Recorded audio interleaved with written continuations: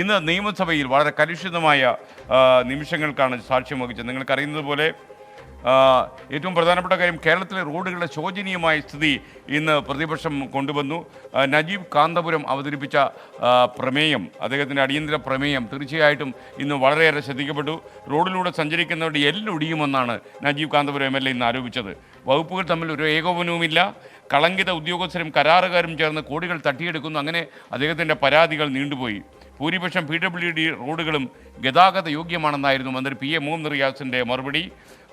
റോഡിലെ പാതാളക്കുഴി ഭയന്ന് റൂട്ട് മാറിപ്പോയ മുഖ്യമന്ത്രിയെ പോലെ പാവം ജനങ്ങളും വഴിമാറിപ്പോകണോ എന്നാണ് ജനങ്ങൾ ചോദിക്കുന്നത് എന്നും ഇന്ന് നിയമസഭയിൽ ചോദ്യമുണ്ടായി. അതിലേക്കാണ് നമ്മൾ പോകുന്നത്. വളരെ കാലമായി ജനങ്ങൾ അനുഭവിക്കുന്ന ദുരവസ്ഥയാണ് നമ്മുടെ നാട്ടിലെ പൊട്ടിപ്പൊളിഞ്ഞ റോഡുകൾ. ഈ റോഡുകളിലൂടെയുള്ള യാത്ര ദുരിതയാത്രയായി മാറിയിട്ട് നാളുകളേറെയായി.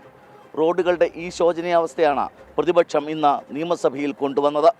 സംസ്ഥാനത്തെ റോഡുകളുടെ ശോച്യാവസ്ഥ സഭ നിർത്തിവെച്ച് ചർച്ച ചെയ്യണമെന്നായിരുന്നു പ്രതിപക്ഷം അടിയന്തര പ്രമേയ നോട്ടീസിലൂടെ ആവശ്യപ്പെട്ടത്. റോഡ് നിർമ്മാണത്തിൽ വകുപ്പുകൾ തമ്മിൽ അടിയോടടിയെന്നും യുദ്ധഭൂമിയിൽ പോകുന്നത് പോലെയാണ് റോഡിലൂടെയുള്ള യാത്രയെന്നും അടിയന്തര പ്രമേയത്തിന് അവതരണാനുമതി തേടി സംസാരിച്ച നജീബ് കാന്തപുരത്തിന്റെ വിമർശനം. എത്ര ഗർഭിണികൾ നടുറോട്ടിൽ പ്രസവിച്ചു, എത്ര സ്ത്രീകൾക്ക് അബോർഷനായി. ബഹുമാന്യനായ മുഖ്യമന്ത്രി കുടിയില്ലാത്ത റോഡിലൂടെ തൃശ്ശൂരിലേക്ക് പോകാൻ 16 കിലോമീറ്ററാണ് സാർ ചുറ്റി സഞ്ചരിക്കേണ്ടി വന്നത്. സംസ്ഥാനത്തെ മഹാഭൂരിപക്ഷം റോഡുകളും ഗതാഗത യോഗ്യമാണെന്ന് വാദിച്ച മന്ത്രി മുഹമ്മദ് റിയാസ് പ്രതിപക്ഷത്തെ പരിഹസിച്ചു. സാർ, റോഡിന്റെ ക്വാളിറ്റിയാണ് സാർ. സാർ, ഈ പറഞ്ഞ റോഡ് ചിലത് കയറുന്നുണ്ട് സാർ, ചിലത് കുടിവെള്ളത്തിന് കയറുന്നുണ്ട് സാർ, ചിലത് വൈദ്യുതി ലൈനിന് കയറുന്നുണ്ട് സാർ, ചിലത് ട്രാഫിക് ലൈനിന് കയറുന്നുണ്ട്, സിഗ്നൽ ലൈറ്റിന് കയറുന്നുണ്ട് സാർ, ചിലത് പല കാര്യങ്ങൾക്ക് കയറുന്നുണ്ട് സാർ, ചിലത് കൂടോത്രത്തിന് കയറുന്നുണ്ട് സാർ. ഇങ്ങനെ റോഡുകൾ പലതും കുഴിയായി മാറുന്നുണ്ട്. ഇന്ന് കേരളം UDF ആയിരുന്നു ഭരിച്ചിരുന്നതെങ്കിൽ കേരളവും ബീഹാറും തമ്മിൽ 2020 ക്രിക്കറ്റ് ഫൈനൽ പോലെ ഒരു മത്സരം ഉണ്ടാകുമായിരുന്നു സാർ.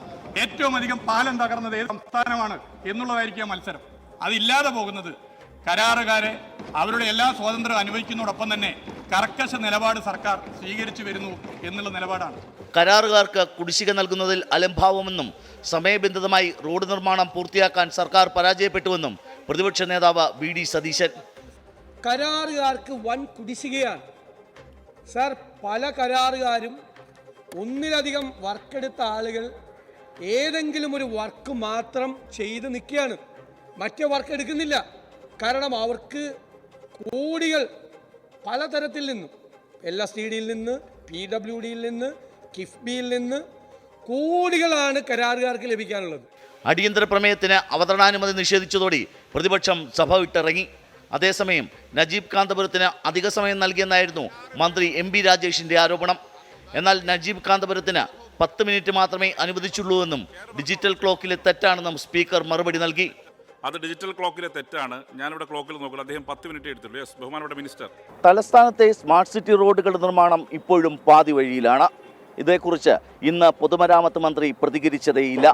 റോഡുകളുടെ നിർമ്മാണവും അറ്റകുറ്റപ്പണിയും പൂർത്തിയാക്കി എന്ന് സഞ്ചാരയോഗ്യമാക്കുമെന്നാണ് ജനങ്ങളുടെ ചോദ്യം. VA ഗിരീഷ്, 24, തിരുവനന്തപുരം. പൊതുജനം കഴുതയല്ല സാർ.